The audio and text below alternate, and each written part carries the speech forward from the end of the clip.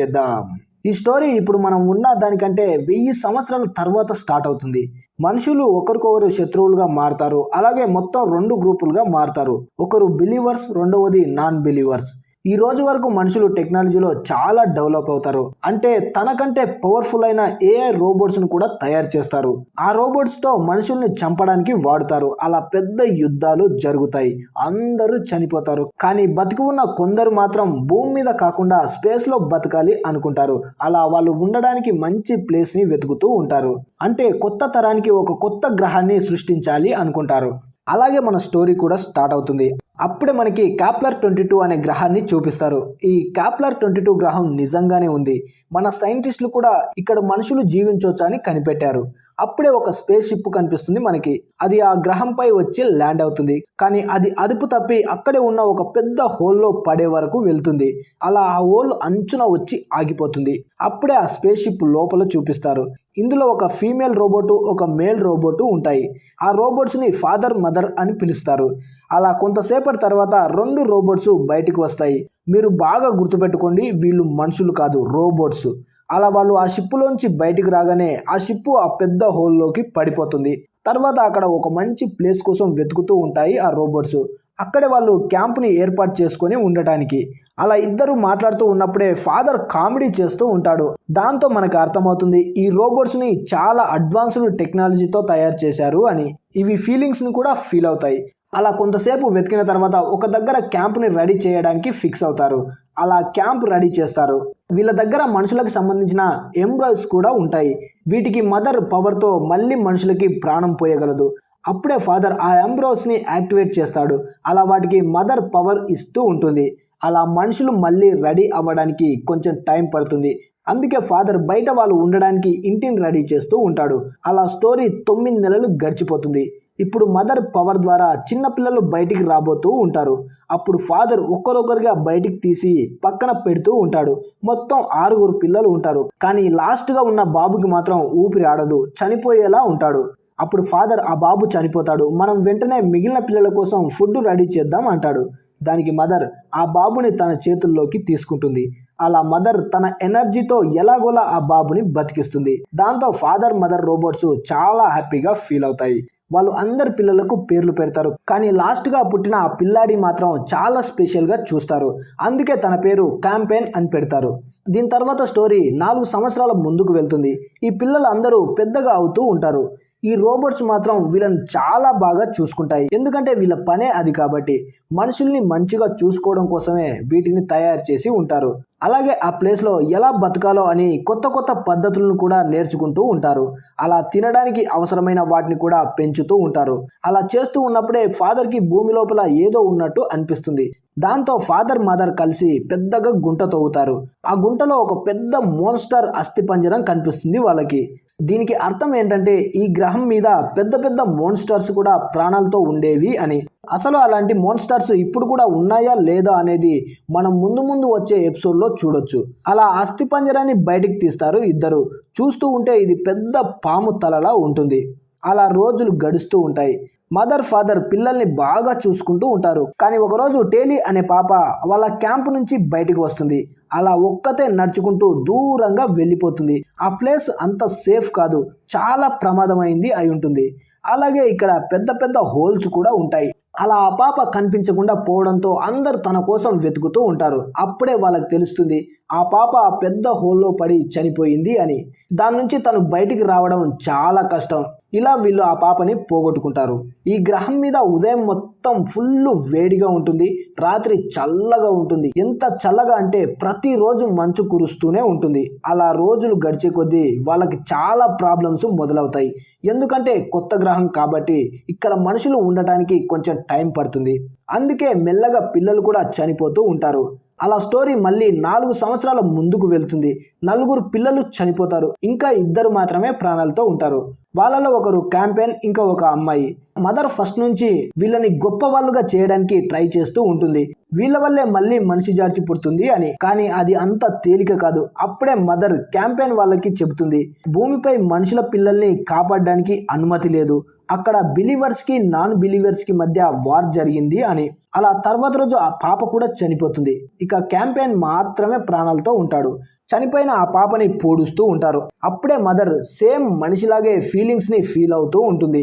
తర్వాత father mother కి చెప్పకుండా ఒక తాడు తీసుకుని ఆ హోల్ దగ్గరికి వెళ్తాడు.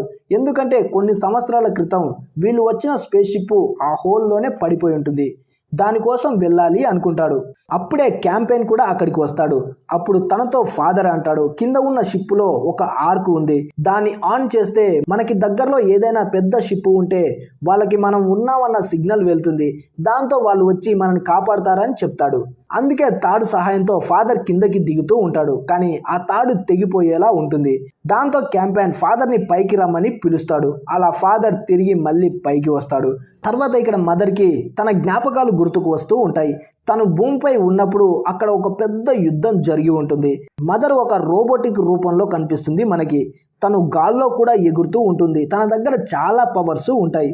అలా తర్వాత రాత్రి క్యాంపెయిన్ వాళ్ళు ఇంటికి రాగానే మదర్ కి వాళ్ళపై అనుమానం వస్తుంది. అప్పుడు మదర్ క్యాంపెయిన్ ని అడుగుతుంది, ఎక్కడికి వెళ్ళారు అని. అప్పుడు క్యాంపెయిన్ అంటాడు, ఫాదర్ మనం ఇక్కడ ఉన్నామన్న సంగతి మనుషులకి సిగ్నల్ ఇవ్వాలనుకుంటున్నాడు అని. దాంతో వెంటనే మదర్ ఫాదర్ దగ్గరికి వెళ్తుంది. తనపై చాలా కోపడుతుంది, నువ్వు ఇలా ఎందుకు చేశావు అని. దానికి ఫాదర్ అంటాడు, మనం వచ్చిన మిషన్ ఫెయిల్ అయింది మదర్, ఇక చివరిగా ఉన్న క్యాంపెయిన్ కూడా చనిపోకూడదు, అందుకే ఆ మనుషులు ఇక్కడికి వస్తే క్యాంపెయిన్ ని తీసుకువెళ్తారు అంటాడు. అలా అయితేనే తనైన ప్రాణాలతో బతుకుతాడు, మళ్ళీ మనం వెళ్ళి అంతా నార్మల్ చేయొచ్చు అంటాడు. కానీ ఫాదర్ అలా అనడంతో మదర్ కి పిచ్చ కోపం వస్తుంది. వెంటనే ఫాదర్ పై అటాక్ చేస్తుంది. తనని చాలా డ్యామేజ్ చేస్తుంది. ఫాదర్ లో ఉన్న పవర్ సిస్టమ్ ని బయటికి తీసి తనని షట్ డౌన్ చేస్తుంది. తర్వాత రోజు క్యాంపెయిన్ మదర్ దగ్గరికి వచ్చి ఫాదర్ ఎక్కడని అడుగుతాడు. దానికి మదర్ తను షట్ డౌన్ అయిపోయాడని చెప్తుంది. అది విని క్యాంపెయిన్ చాలా బాధపడతాడు.